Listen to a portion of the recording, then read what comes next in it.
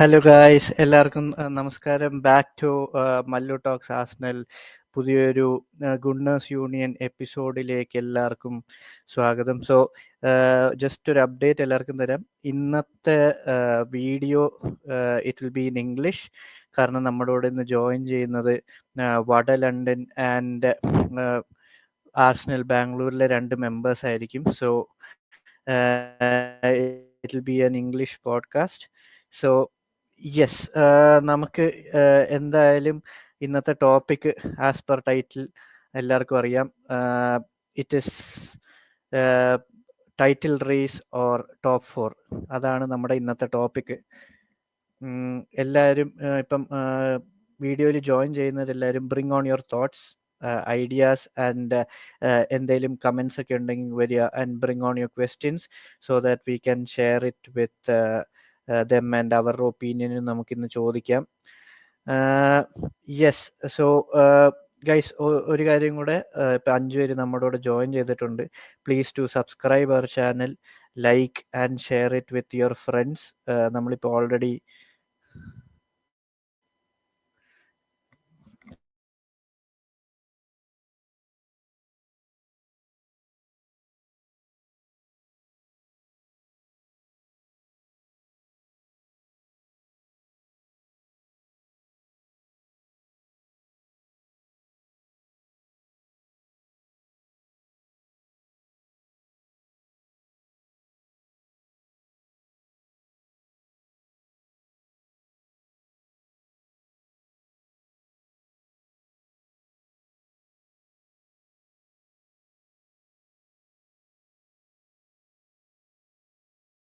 Hello, കേൾക്കുന്നുണ്ടോ എല്ലാവർക്കും?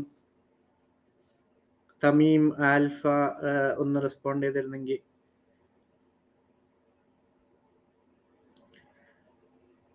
Hello, ഇപ്പം അൺമ്യൂട്ട് ആയിട്ടുണ്ട്. എല്ലാവർക്കും കേൾക്കാൻ പറ്റുന്നുണ്ട്? Okay, yes. സോ നമ്മുടെ ഇന്നത്തെ മല്ലു ടോക്സ് ആസ്നലിലെ ഒരു പുതിയൊരു എപ്പിസോഡാണ് with us the Gunners Union podcast with വട London and Arsenal Bangalore.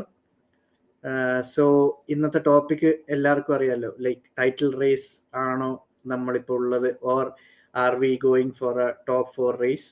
So we'll discuss it with Vada London and Arsenal Bangalore today. It'll be an English podcast കാരണം ലാംഗ്വേജ് ബാരിയർ ഉള്ളതുകൊണ്ട് അവരുടെ English പോഡ്കാസ്റ്റിലായിരിക്കും. So join ചെയ്ത എല്ലാവരും bring on your questions so that we can discuss on that topic. And thanks for all your support. ഇതുവരെ നമുക്ക് തന്ന സപ്പോർട്ടിൽ എല്ലാവരും thanks. Please do like, share and subscribe our channel, and please do check out Vada London and Arsenal Bangalore as well. നമ്മുടെ കൂടെ ഇപ്പം Vada London join ചെയ്തിട്ടുണ്ട്. So yeah. Hello bro, வணக்கம். எப்படி இருக்கீங்க? Good. Wow, nice to hear Thomas from you. yeah.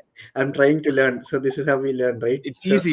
You listen to our podcast every week and you can learn Tamil very easily, especially since it's contextual. You can easily learn it. Yeah. Okay, all good today? Yeah, good so far. Our women are winning 3-0, so now no reasons to complain. It's NLD, so no reasons to complain so far. Yeah, how about good. You guys? Yeah, something good is happening as of now, rather than like crisis. You should just count your blessings, like, be happy with what you get at that point in time, I guess. Yes. So we have Vinay from Arsenal Bangalore as well. I'll add him to the podcast. Sure. Hello Vinay, are you there? Hi. Hello Vinay. Hi guys. I will try to get the camera on, but I've been traveling today, so it's been on and off with my network. In between, if I get the network back, I should be able to. No problem. So we have 15 people in the chat and like live as of now. Please do subscribe and share, and also please do check out Vada London podcast as well. They are doing a great fabulous job. So thanks for joining, Arun bro. So most importantly, please like the video, guys. It's only if you guys like it that the algorithm will pick it up and more people will get to know about it. So one big request would be to like the video when you can, please. Thank you. No problem, Varun. So yeah, let's jump on to the topic directly right now. So as I have mentioned in the title, are we still in the title race, or are we saying that we are gonna go for a top four race? So yeah, Arun, pitch in first itself from your end. Oh my God, I didn't want to do this. Be the first person to talk because I was just thinking about it in the morning when you told me about the podcast. I was like, oh my God, we spoke about the comparison between this team and the 07-08 team Yeah, last time. And we were actually like talking about how this team seems more rounded and more complete than that team yeah, in terms of the yeah, squad value that we have. And all of a sudden, it seems like we really do not have a squad that can sort of like close the gap between us and Man City or us and Liverpool at this point, given how well they're playing. yeah, So the optimist in me still wants to say there is a possibility something out of the ordinary can happen, and maybe like over the next 27 games we go unbeaten, and Liverpool lose like 4 games, and City lose 3 games, and like Chelsea don't do anything of that sort. But unfortunately, the realist in me is like punching that other guy, like, is telling him like, no, no, no, no, don't say this, don't say this, say what's happening right now. As of now, 9 point lead in a league like the Premier League is like any league for that matter is a very difficult gap to close. We know that. Like that's the thing. I don't want to be like the first person saying like the bad news, but yeah. you're putting me in that spot. No, But like that's the that's thing is, yeah, go ahead. no, yeah. If we were to consider the situation as it is right now, I would say unfortunately we are not in the race right now. That's what the Oh, table says, and that's based purely on the 9 point lead that Liverpool have on us. Again, we can take a lot of things into consideration, like the number of games that we played with 10 men, the number of injuries that we've had, the number of decisions that went against us, and all that. But end of the season, the table doesn't show all those numbers, right? The yeah, table just shows the point tally. yes. So for me right now, no, we are out of the race. That's the situation right now. Yeah, Vinay, I'll just come to you on this regarding the title race. So I guess before last season, we had around 8 points gap. We were having 8 points gap between City and us. Still, City covered those. Maybe it is our drawback, or City were too good that time. So can't we take that as an inspiration this season and jump on and say we are still in the title race, Vinay? Well, I hope some of the Arsenal Bangalore group guys are not listening to me because there, honestly, I am the pessimist. I probably am the one who usually tends to be, I wouldn't call pessimist, but probably the realist in this. Strangely, between us, since it's an open forum, I still feel we are in it. My reason for that, as you rightly started off, is the fact that I still consider City favorites for the league. And till December end, as much as City can drop points, because you know what happens second part of the season, they just won't. You know that's going to happen. I won't be even surprised if Rodri plays right at the crunch in the end to Yeah, make sure that this is it. They're going to pull it off and give a likely farewell to Pep. But coming back to us, 9 points after 11 games does sound quite improbable, but it's Liverpool ahead and not City. If it was City, the juggernaut rolls on. yeah, Liverpool can self destruct. And I'm not saying this because I haven't seen them play. I did see them play, and I think a lot of times they have scraped it through. Against us, they should have lost. We suddenly leading after the first half decide to go defensive. Did not make sense to me, but we can talk about that a little later. They did scrape a couple of 2-1s, if I'm not wrong, including a home game. And I think this season could be one of those lowest league table point to win the league. Makes me feel that we are not out of it.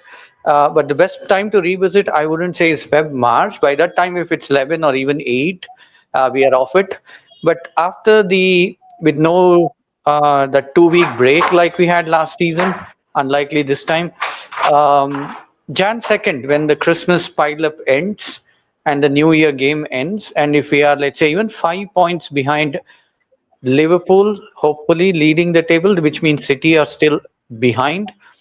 5 points, start of Jan, we are in it, and we have as good a chance if it's just between us and Liverpool. So basically, what I'm trying to say is, let City rot in hell, and hopefully I don't know apart from an extraordinary amount of fine that may be imposed on them, hopefully a points deduction as well.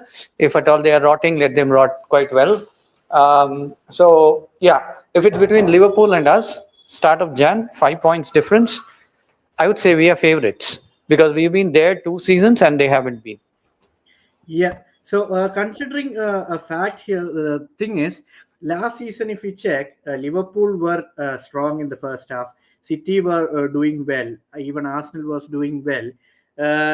It's like Aston Villa was doing well. The teams were in a kind of a state where everyone were in a good shape in the beginning of the season. But if we consider this season, apart from Liverpool, no team has got a perfect start, or let's say a good kind of a form. Is that not a factor that needs to be considered? I don't. Well, considering that we are also one of the teams that have not had a good start to the season, it could possibly be considered, because even at the beginning of the season, I think a lot of us sort of like Vinay said, sort of accepted the idea that it's not going to be a 90-point winning season. It's going to be like somewhere between 80 and 90. That would be like the number of points that the winning team is going to take. But considering where we are right now with 27 games to play, that's like 81 points to play for. We need to get like 75, I would say 70 to 75 out of that to win that. When a team already has that head start of 9 points, no matter how the others are playing, they have the momentum and they have the belief. 9 points is a lot. 9 points on us, 5 points on City is a lot. The place where we can we've all been waiting for that Liverpool crumble since the beginning of the season. Every game we're like, oh, they lost to Nottingham Forest, so they're going to lose again. But they're somehow finding, like you said, scraping wins, but they're finding wins, right? That's the most important thing there. So the place where I feel like when I said it's more in City's favor, like given how they've done that before, I agree to that. But for me, the balance stills in favor of Liverpool at this point, mainly because of the quality that they possess, and more importantly, the experience that they possess. So irrespective of what's happening around you, if you have a momentum, and trust me, momentum is a very, very dangerous thing. If you have the momentum, you really do not have to worry about anything else happening around you. Yeah. If you have the experience. So I feel that given where Liverpool are right now, they don't have a problem as of yet. They're somehow adapting, right? Like City's having. I'll just interrupt there. Yeah. So you said about momentum, right? 2 seasons back, when we let's say the first season which we were in title race, which we never expected to be in. Right. We had 8 points different, 14 games. When it was like 10 games in, it is just 10 games. All the media, everything was like, it is just 10 games. Then it became 14 games. Then it became 20 games. And then it went on till the last 10 games. Is that not the same pattern that Liverpool might have? Because they are in the momentum right now, but still they'll still have a crumbling phase, hopefully, in the season. So we'll say when it comes to Arsenal, everyone will say it is just 10 games, that 14 games and everything. But when it comes to Liverpool or City, it's like they're saying like they are the favorites. Arsenal is not. Then that comes from what they have done in the past, right? Like both the teams that we are talking about, both City and Liverpool, have at least won one league title, and outside of the league, Liverpool has won other trophies as well. So when you are a part of the team that has won, your mentality changes, your experience is like more, and that tells you how to get out of these tough situations. That's why I feel like they have the edge. Like we can talk about all of, like, the 2 seasons ago, we weren't supposed to be where we were. Nobody expected us to be there, right? Like we had the lead, and the Liverpool fans are trying to put the same narrative now, in the fear that if they do lose out on the title from where they are right now, they can have those reasons to say that, oh, nobody expected us to be there. But That was the same situation for us 2 years ago. Nobody expected us to be in the title race. We were like supposed to be fourth or fifth, right? So at that point, we faltered because we didn't have the experience. Like for me, I didn't expect us to win that season because of the lack of experience. The thing with Liverpool here is, and I, like you said, I hope they have a crumble, because like it doesn't feel good watching them do this well every week when they are supposed to be going through a transition. But the thing is, like, the fact that they have people who have already won it, and the fact that they have the experience of having won it, plus like, they have a really good squad. Like the zones where we feel we are lacking, for example, an injury to Odegaard right now left us in a really bad situation. That combined with a difficult fixture list as well, sort of like put us in a place where we drop points where we needn't have dropped points. Yeah. But for them, if you consider a Liverpool, City struggling without Rodri, of course, but they somehow find ways to win, and we've seen this. And like when I said somehow he's probably going to come back towards the end of the season, Rodri, and going to play for them. Same way, Liverpool, if you consider even their attack, you take a Salah out, there are still 4 other really good attackers there.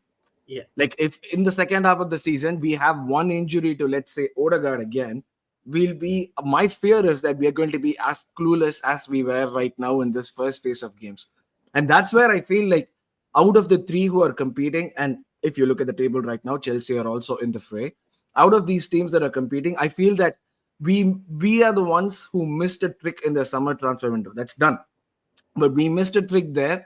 And I think that's going to come and bite us in certain parts during the season where we shouldn't be worrying about things like that. We should be having a squad that should be able to compete no matter what. But that's where I feel like we missed a trick. And that reliance on Odegaard is making me worried. Yeah, I'll be very honest. Yeah, Vinay, I'll just pitch on to you on what Arun said regarding Liverpool. So he said that they have experience. Just considering Premier League only, not other trophies or Champions League or something. Just considering the Premier League, out of the 8 seasons Klopp had, they just won 1, in which they were around in the title race for at least 5.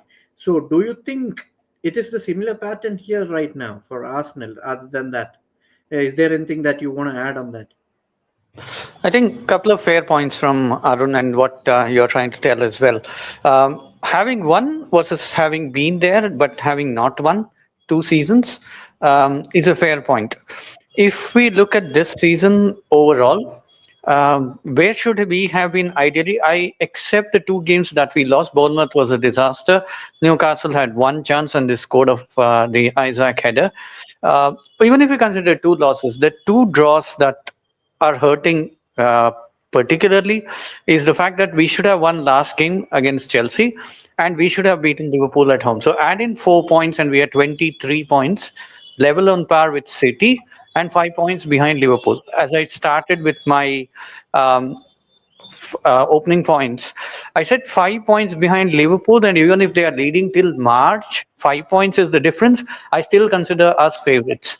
But going back to what Arun is saying, are we thin? Yes, there is no replacement for Odegaard.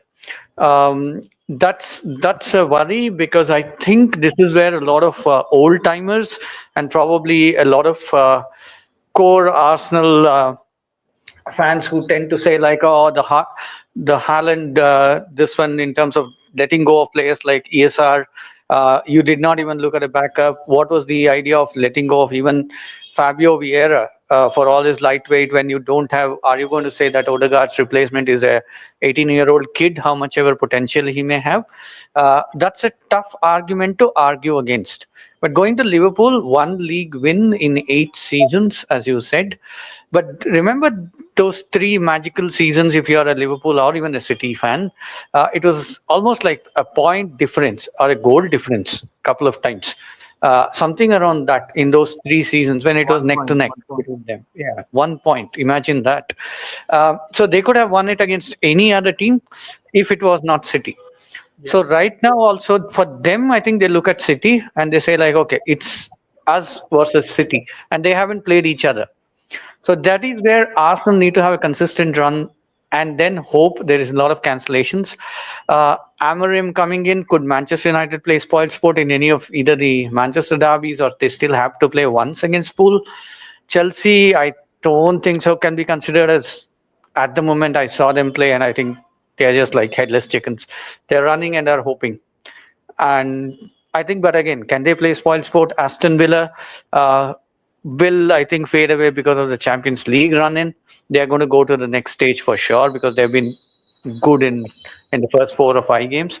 So it may still boil down to, okay, we are outsiders at the moment for sure. We are definitely not running in favorites, but hold on till Jan, realistic. But if we are 5, 6 points till March, and it's Liverpool again leading and not City.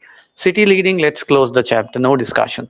Liverpool leading with 5 points ahead, end of Feb, which means about 7, 8 games left. We are in it. And just for the sake of calculation, just correcting Arun on that, he said we, out of 27 games, which is about what, 81 points, he said we may need about 70, 75 out of that. I think we would be good with 65 plus, let's say we are at 19 now. So we 65 plus 19 is about 84. It may be like we all agreed, a league that was going to be won anything around that range, 84, 85. Whoever Yeah. wins it, unless just Liverpool run away and they're just going to go now on till end of May with probably just one more loss. That means they're going to win. I mean, mathematically they are going to win. There is no chance. I still think they're going to lose. Take off Salah, and that's not a great team. Yes, there are good attackers, but he's just extraordinary. It's tough to praise somebody who is not playing for Arsenal, but that guy is just beyond words now. 10 continuous, 12 continuous seasons of this consistency is unheard. So take off Salah. I don't know if there is AFCON this Jan, but if he's off, let's see Liverpool then. Yeah. So we touched on Liverpool and everything. Yeah, go ahead. I don't. You are on mute. Mute. Okay. Yeah. Just one point to add. A thing would be like if there are 3 teams competing like if there's just 2 teams competing, you would ideally want to be 3 to 5 points, like behind them. If you are behind them, nothing more than that, because you have a game to play against them, and there's probably another reverse fixture for you as well. Yeah. Like if there are 3 teams, there's a little more leeway. You can have like 5 to 7 points, right? Like because you're going to play both the teams, and both the teams are also going to play each other, like out of the 3 teams.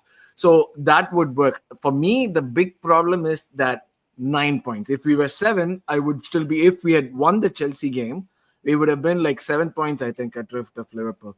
At that point, I would have had more of like a belief, like a threat to hold on to. Like, there is something that we could possibly do and come back and win the league. Given that it's 9 points, that's where that's making me doubt, whether we have a chance, and the fragility of the squad. Plus that combined with the fact that other teams have a possibility of bringing people in January. Without Edu, we do not have that possibility either. And I have never seen Arsenal make big bold moves in January, apart from, let's say, 1 or 2 times when we got like Aubameyang and Lacazette. And if we were to bring people who could possibly be game changers into our team, they are most likely to be cup tied, because the players that we are going to try to bring are probably playing in the Champions League in Europe. So that's where I feel that like all of these factors, and the fact that City can just go and buy someone in the winter window right now, and Liverpool are also being linked with players. They do not have a lot of gaps, but they are being linked with players, and there's possibility that they could bring people in as well. Is sort of tilting it more in their favor than in our favor, I would say.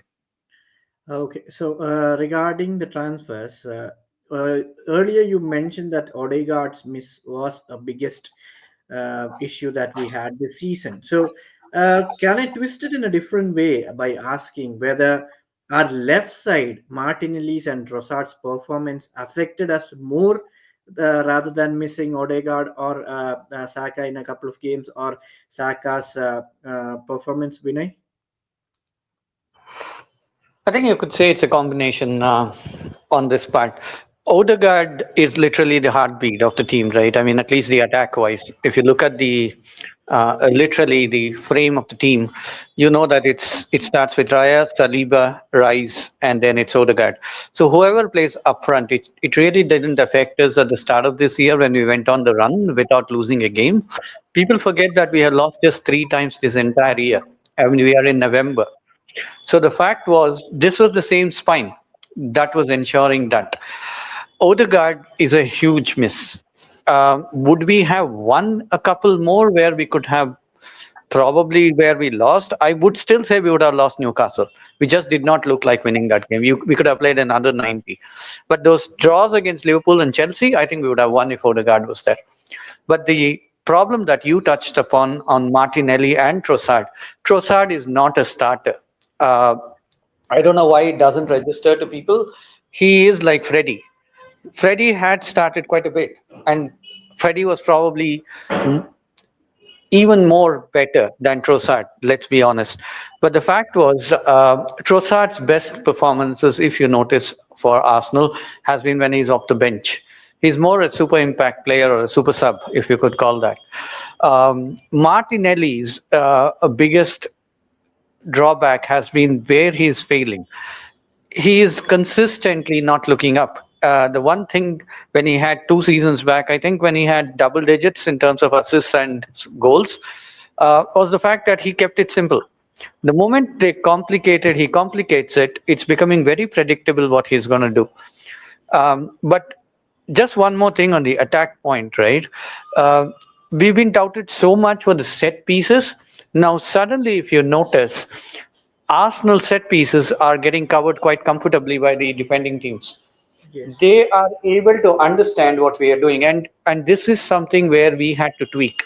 Uh, It's because also every got time to do, sorry to cut you off, Vinay, but it's also got to do something with the new rule, right? You're not supposed to crowd the goalkeeper. You're not supposed to like go anywhere yeah, near. yeah. Yeah. Yeah, true. I mean, the point remains that if our attack is failing, I don't think so. I know we have conceded a lot more on set pieces than we did last season, but realistically, if you look at it, this advanced role for Rice, so that we can bed in Merino, is not working. Right? Rice is arguably one of the best box to box we could have had. He's a number 6, right? You're making him a number 8, and that too on the left side. The man just wants to play central midfield, and you know that's his best position across. It's the same thing. Like you're making Partey, be it the need of the hour, or for the fact that the man just is able to play right back. But in reality, he is again arguably one of our best players of the season so far when he plays midfield. We miss the trick of not buying another attacking midfielder?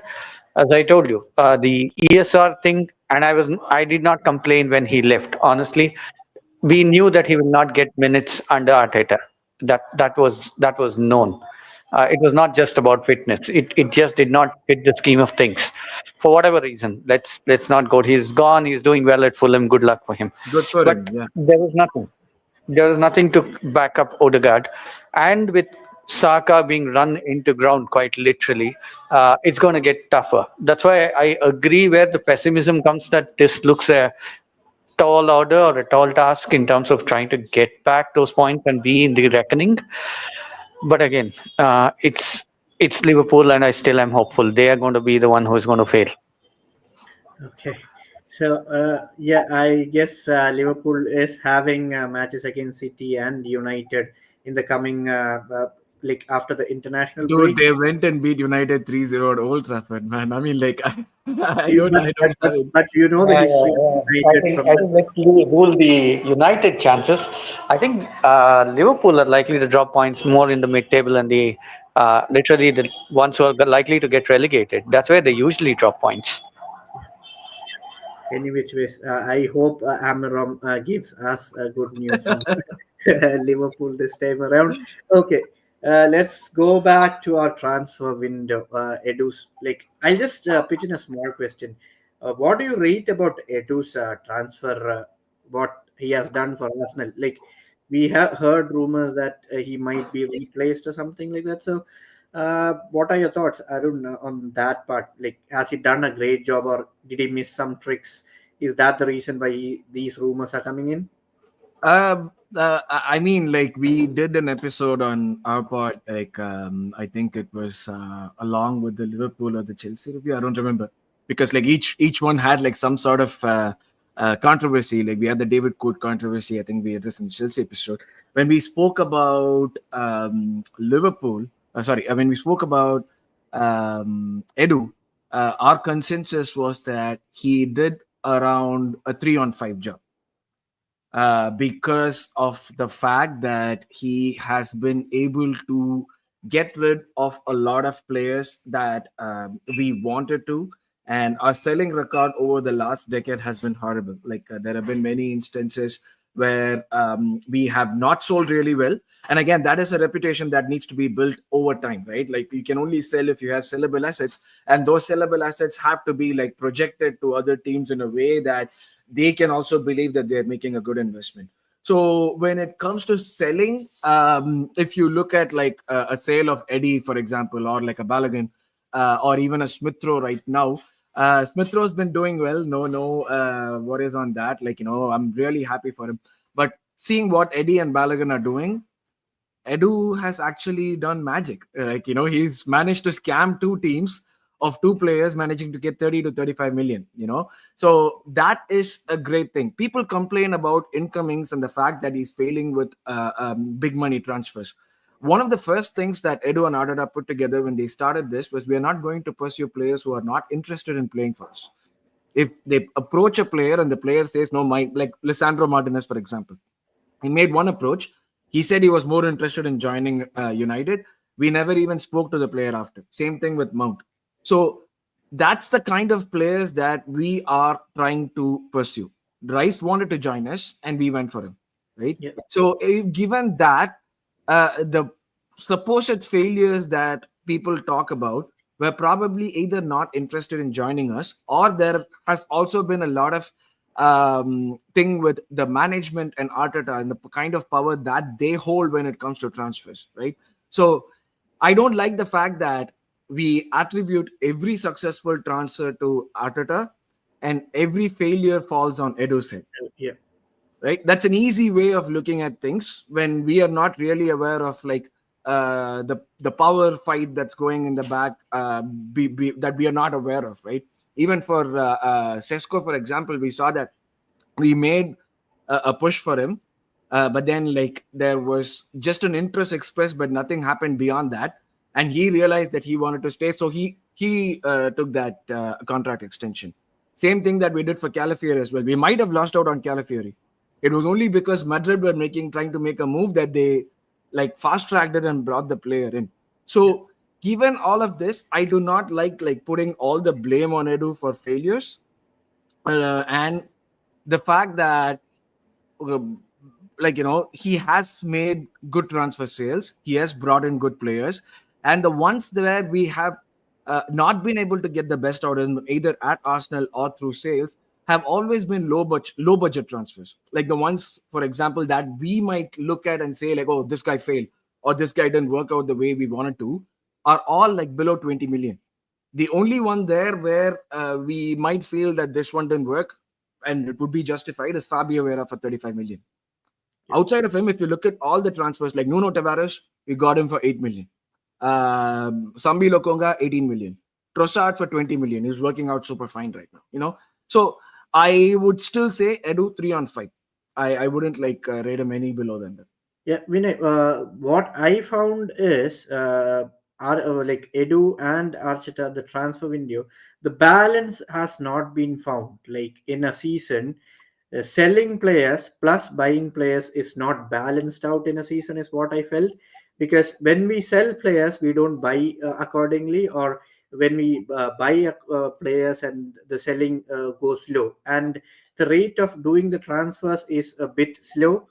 Would you agree on that, Vinay, or do you have any different perception on that? No, agreed. Most points that you and Aruna have been making. 3 on 5 is a fair rating for Edu.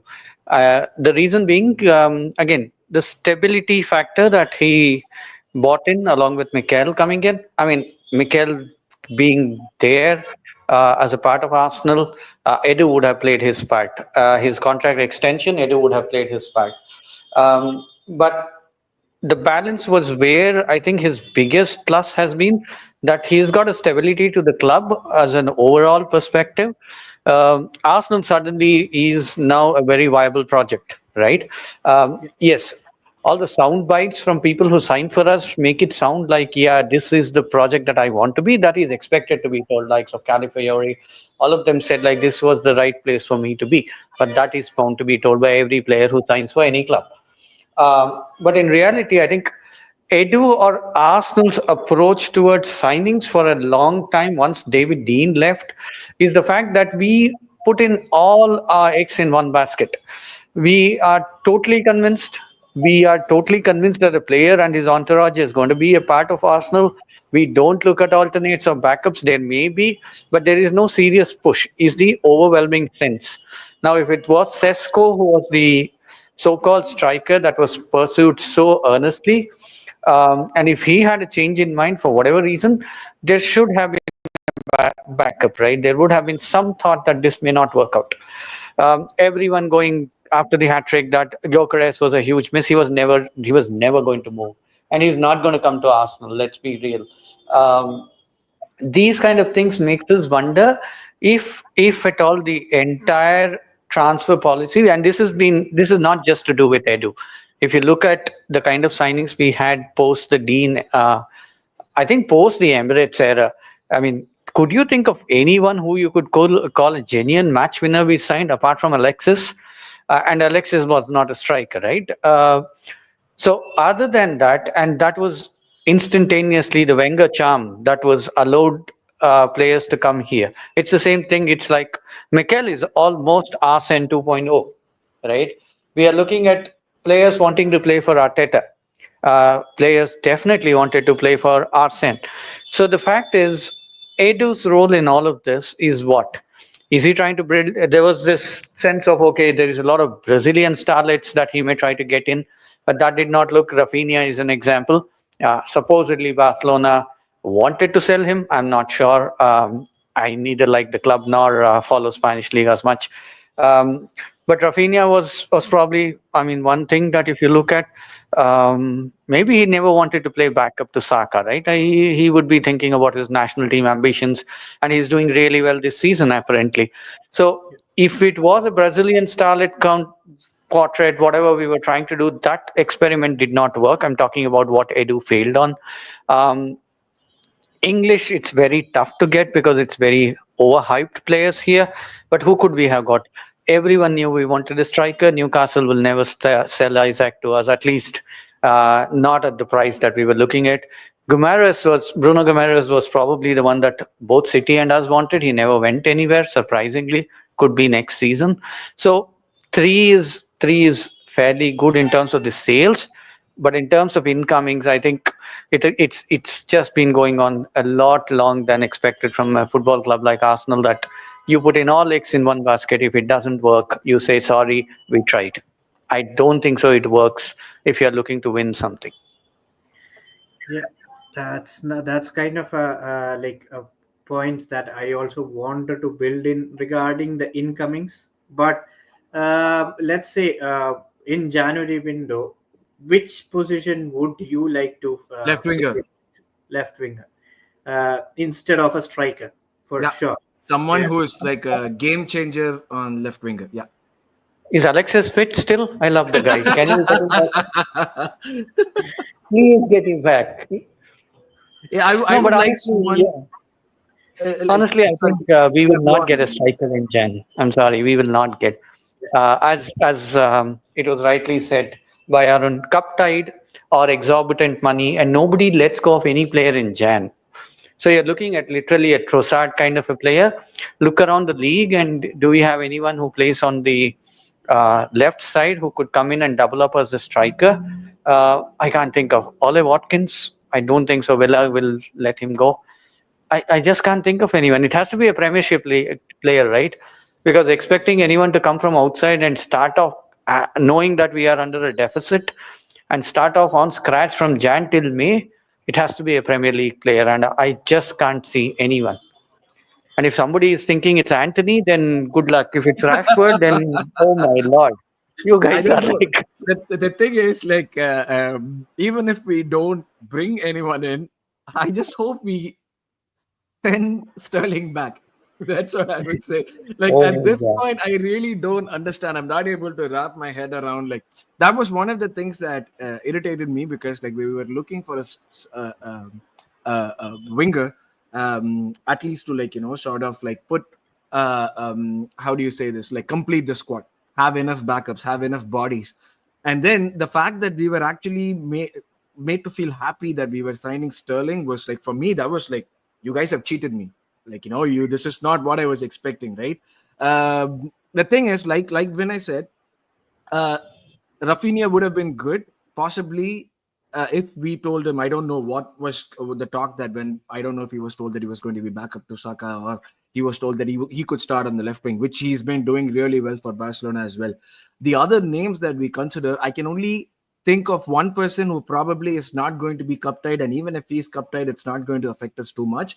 Someone like Brian Mbeumo, who could be a possible backup. But is he going to be the answer for us to close in that gap that we have with Liverpool or City and like win us the league? I really don't know if he is that sort of like a match winner who is going to like put fear into the hearts of the opposition. No, those are like sort of Rafael Leao type of players, or like like our Kvaratskhelia type of players. Unfortunately, like we said, those are the type of players who are cup tied and will not be able to play any role in our Champions League campaign, and at the same time are coming from another league, which is going to make it more difficult for them to adapt to this league again. So right now, January window, I really don't think we're bringing anyone in. Just throwing in a name for you to consider, Marcus Rashford. No, Bro, I'll just bring on a different Vinay, perspective. I think I am at this state where I'm like, no more giving life to people who have Correct. lost their lives at their parent club. No, Like I want we someone actually who's should be naming our club as Arsenal Pension Home. I think we are giving a lot of things yes, away. exactly. Yeah. Like they have all of these things where rehabilitation homes for people who have lost their way in life. That's sort of what we are becoming, and I don't like that. I would prefer someone fresh, raring to go, not wanting to make a change and prove himself and say that the best is yet to come. But I would like someone who's already in his best and can come and transfer those skills to our club. Yeah. Regarding Any Rashford, I'll name? just like 5 seasons, like five to like regarding their all managerial roles that they had, like the changes that they had. Whenever a new manager comes, Rashford becomes the greatest goal scorer for them for the first 10 games, and then he'll be praised, and he is gonna be there for United. Within first 10 games, he'll prove something to Amaram, and then he'll think that he's a greatest player and he'll be there. So don't worry about Rashford coming to Arsenal is what I feel. So yeah, Vinay. Any names? I just can't think of, honestly, Deepak. Yeah. Um, who can come in Jan? I mean, I know. After all these talks, we may look at another centre back or probably a backup to Rice. So I won't be surprised with that because suddenly the one that we have been crying for 10 years is like over flooded with defenders. I think we'll let go of Zinchenko if we get a deal. There is talk of Kivior being looked at for a swap deal with Lukman. I don't know how will that happen in Jan. Kivior going out may happen in Jan, but Lukman in Jan, Atlanta must be stupid to let him go. But again, these are the names, and I think it takes time to adapt. We are hoping for a ready, fixed match winner. Very tough to get. I think the one that I sincerely hope we look in summer is got to do with nothing. No offense against Marino. I think he's going to really do well. Would have been Zubamendi if at all we had looked at a midfielder. He was the player. Yeah. But again, where is the attacking players? I mean, somebody out of the league we have to look at in Jan. Nico Williams supposedly. I don't know. Very tough. Yeah. I'll just bring in Martinelli two. must have another. I mean, Gabriel And Jesus Nico can go back Williams to is drinking not doing well wine. this season either. Nico Williams has been having a really bad season so far. Worse than Gabriel Jesus? Oh my God, he must probably be going back to turning wine to water or But you're something. setting the bar. You're setting the bar really low there. So I mean, okay, forget turning wine to water or water to wine. I hope it just makes water to water. That's good enough to mix. I don't know don't where spill do it, we brother. Don't get, spill it. how do we get rid of Gabriel Jesus? That should be our aim in Jan, Yeah. honestly. don't spill the glass of water you have. Don't break that glass of water you have. That's all we're asking for. Yeah, I'll just bring in two chats that we have got. So instead of signing Sterling, we should have tried to sign Osimhen on that last day of summer window from Galatasaray. How we missed it is what Tamim Ahmad is saying, and same he's saying regarding Nico Williams plus Osimhen. Both are not cup tied regarding that. So I would say Osimhen didn't want to move to any other club. I guess that may be the reason why we didn't pitch him. No, he wanted a lot of wages. He wanted a lot of wages. Like he fell out of favor with Conte. Conte openly said he's not going to play him and he prefers Lukaku. And for the next move that Osimhen wanted to make, I think he wanted like 400 to 600k per week. Osimhen is Galatasaray, is it? Yeah, he's on loan at Galatasaray for the season. Okay. What is he getting there? 40 to 60k per week? I don't know. Probably Napoli is covering the rest of it, So so he would be getting what he wants. He earns at Napoli, but like probably Napoli is getting more of it. You don't want bad apples in your squad to spoil something that you're trying to build, and that's exactly why the reason why I wouldn't want Osimhen either, because he's good. He's very good. No denying that. But over the years, that sharpness has gone down, and he misses more than he hits. Like we saw that in the Europa League game against Spurs. Which they won 3-2 with Spurs at 10 men. It should have been 8-0 in the first half. And, that's how they played. So a guy with attitude issues and like you need like a sort of like, a trade-off. You're an ass, but like on the pitch, you're going to give me 9 out of 10 in each game. Like an Ibrahimovic, I'll have you in my team. But if you're ass and you're still going to be missing all this, what's the point of me keeping you in my squad? So for me, Osimhen is not going to be a right fit, especially given that they said no to Sesko because they told him he's not going to be starting over Havertz. So Havertz is sort of like the main striker in the management's mind. So given that, I wouldn't like really want to bring someone like an Osimhen in. Osimhen will spoil the dressing room for sure. I mean, if you were to just compare, probably a little glorified Nkunku at best is what I think of. But yeah, I think too much of a spoiled sport in the dressing room. And after the Aubameyang episode, Mikel will definitely not do anything towards the dressing room atmosphere. He knows he's built something there after getting rid of Ozil and Aubameyang. He doesn't want anyone who's going to come and spoil it for him. I don't think so. It was never going to happen. So it's already 47 minutes, guys. So just please do like, share, and subscribe, and also do check out Vada London podcast. They have, I guess you had done a video yesterday or something, right? Arun? We might have. I've seen. There was some. I think it was a game week review. It was a delayed game week review that we couldn't unfortunately put as soon as the game week finished. But then we do have like a few other videos coming up regarding Edu and his possible replacements. Like the thing that we spoke about Edu and his replacements, we have actually done a full video, and that would be coming out very soon. Yeah, just before we slowly wind up the video, I'll just pitch in on a question regarding the. Who are your choices? You asked both me and Vinay for our choices to bring in. I mean, you didn't say who your choices are. My choice, I don't think we'll sign anyone. That is the reason why I'm not saying anything, because let's look at the facts compared to the last 2-3 years. We'll last year or before that, we went for Modric in January. That was a long saga, and then we ultimately ended up Trossard, which is, to be fair, it was a fine situation.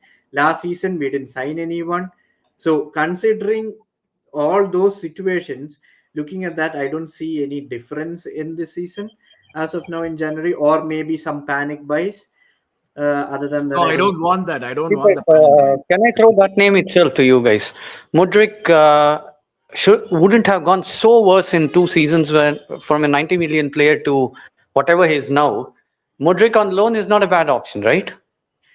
And not from that. I don't want to go to that side of London for players. No, I know. We are scarred for life. Yeah, I know. The thing was that Modric, even when they got him, was not a 90 million player.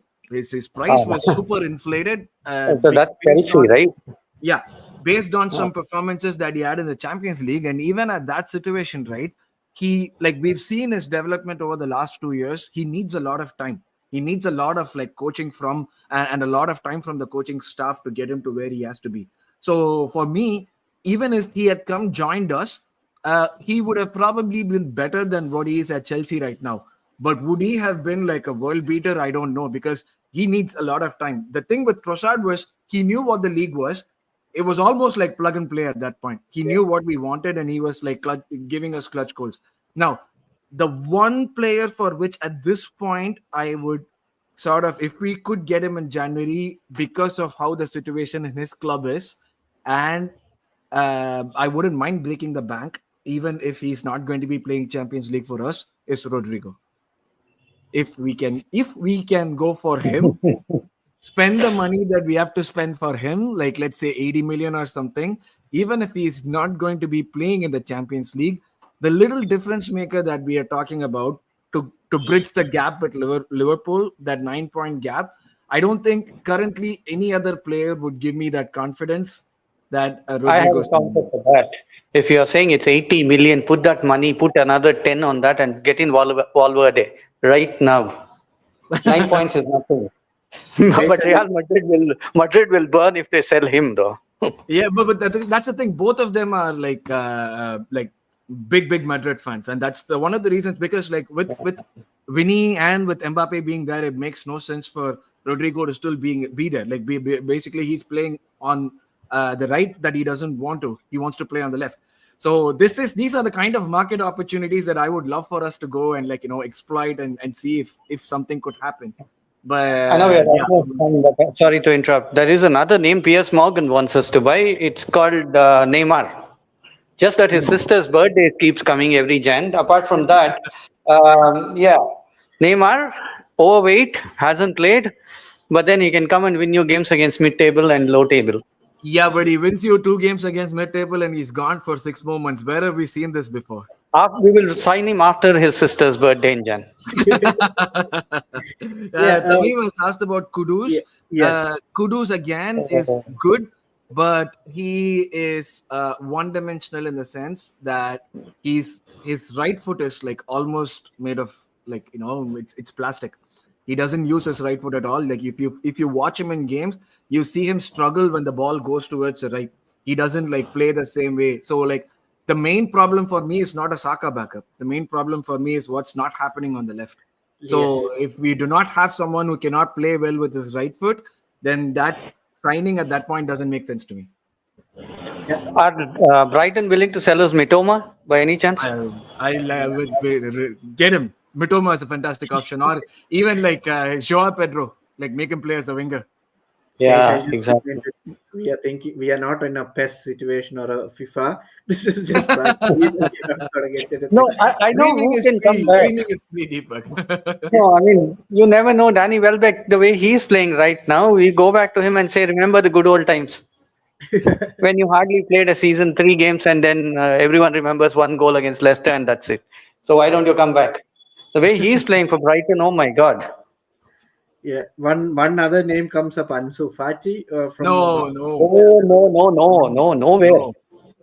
Not even for the Z team for Arsenal. No, thank you. Our medical team will have to get new degrees and work overtime to put him in place for each game. So. It's kind of like he'll be in the Jesus League, wherein he'll play 1 or 2 games, and then knee injury, that injury, and don't want that. Deepak, just one question before we wrap. I mean, just for you guys, hopefully I'm taking that question on your behalf, is the fact that we don't win the league again this season, realistically, but we win a trophy, let's say Carabao, though we still have Palace, and then I think United, Liverpool are still in it. We just win the Carabao. Successful season, I mean, we finished top 4, of course. Top 4, Carabao Cup. Successful season, or Mikel gets only 1 more season next season if we don't win the league? Yeah, I was just worried that you were going to put in one kind of a twist on it. I hope I'm really thankful that you didn't put that Arteta outward here. Thankfully, I'm a big Mikel fan. You will not hear me say that. Thank God you didn't put in. It's just till the last moment I was asking, I would say it is not a successful season, to be fair, with considering 2 seasons like down the line we are title race challenges and then back to top four and then one trophy. But let's say if we win Carabao Cup or maybe an FA Cup together, like 2 trophies, domestic trophies, and do well in Champions League, maybe say a semi-final, and still somewhere there in the title race, even if we don't win it, I would say around a 6.5 out of 10 season, or maybe a 7 out of 10 season from my perspective. Yeah, I don't. For me, this season can be termed a success if we win the league or we finish. For me, it's like really, like difficult to wrap my head around the fact that a new manager is above us on the table and a new manager is alongside us on the table. So for me, a successful season would obviously mean winning the league. But if we do not win the league, like you said, Deepak, I would want us to get both the domestic cups. Both the domestic cups finish within the top 2, top 3, because in my mind, one of the main reasons why the board is not putting too much pressure on Arteta is the fact that they know that a freak like Pep exists. Like you're finishing second to Pep, so we'll keep that in mind. But the moment someone else comes in the fray, they'll start asking questions about what we built over the last 5 years, right? And that's quite natural. They're businessmen. We are fans. We are passionate about the sport. They're businessmen. They want to make money out of the sport.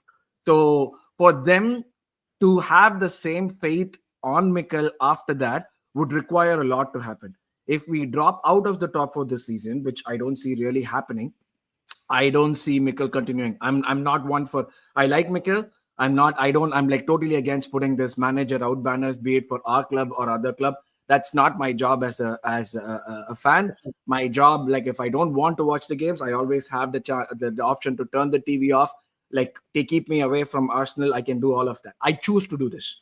So if I choose to do this, I do not have any say in like who the next manager should be, or like waving banners or flags saying the manager has to leave. So for me, I feel that from the management's perspective, if we drop out of top 4, he's getting the sack. If we do not drop out of top 4, he will get one more chance next season in which he has to absolutely win the league. Otherwise, he'll how do I put it? He'll get a sack next season. Okay, I'll keep it short considering the time. I think if it's not City winning the league and it's Liverpool winning the league, I think it's a failure this season.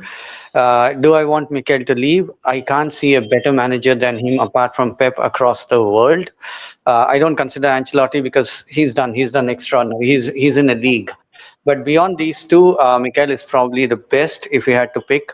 So I want Mikel to continue. Obviously, next season he has to win the league. But if he doesn't, also I can't see a replacement. But just keep sticking to this season, even if we win the 2 cups that you mentioned, Carabao and FA, and it's not City winning the league, but instead it's Liverpool winning the league, I think it's a failure this season. Yeah. Well, yeah. One last question, one liner. Will we see Pep in the second division? Nah, That's a tricky situation. nothing's going to happen. Yeah. Nothing is going to happen. Heavy fine. That's it. They'll probably have to pay like 10 million or something in fine, if that, and maybe they'll get like a transfer ban. Maybe this is like the worst punishment that I can think of. Yeah. Suspended, transfer ban, that too, and then they will probably take out one of the rings in the oil well there and say like, take it all yours, and FA will shut up. Yeah, I don't even think they'll get points reduction. That's how I look at it. Yeah. City are too big now for the Premier League, so they will not do any such thing. Exactly. Yeah. And with that, we are just winding up this show for today. Thank you for joining, Arun. Guys, again, subscribe Mallu Talks Arsenal as well, and Vada London as well. Check out. Do like the video, share the video with your friends. We are almost reaching 1K subscribers. Help us with more subscribers. Do check out. We'll get more new contents bring up. There are more contents coming up, and do check out tomorrow as well, the Aratam podcast, kind of the Big Six podcast in Malayalam. Tomorrow we'll be live again. Yeah, Arun, thank you for joining. Vinay, have a nice night then. Thank you. Thanks, guys. Thanks so much. No problem.